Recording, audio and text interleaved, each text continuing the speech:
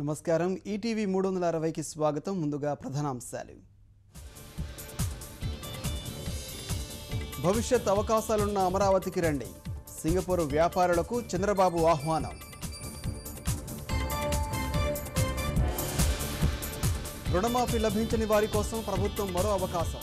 అర్హులైన వారు దరఖాస్తు చేసుకోవాలన్న మంత్రి పుల్లారా.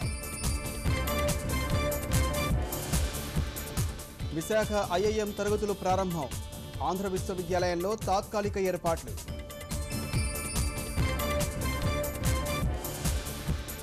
పశ్చిమ గోదావరి జిల్లాలో ఇసుక అక్రమ తవ్వకాలపై హైకోర్టు ఆగ్రహం.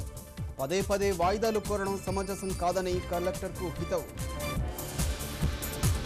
పాకిస్తాన్ చైనాకు కేంద్ర హోంమంత్రి ఘాటు హెచ్చరిక. సత్సంబంధాలు కావాలంటే చొరబాట్లు ఆపాలన్న రాజ్నాథ్.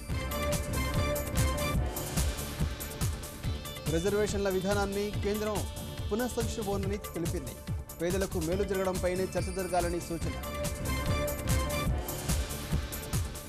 మన్మోహన్ ఆధ్వర్యంలోనే బొగ్గు కేటాయింపు. సిబిఐ న్యాయస్థానానికి లిఖితపూర్వకంగా వెల్లడించిన దాసరి. కనుల పండుగ శ్రీవారి బ్రహ్మోత్సవాలు. గజవాహనంపై ఊరేగనున్న తిరుమలేశుడు.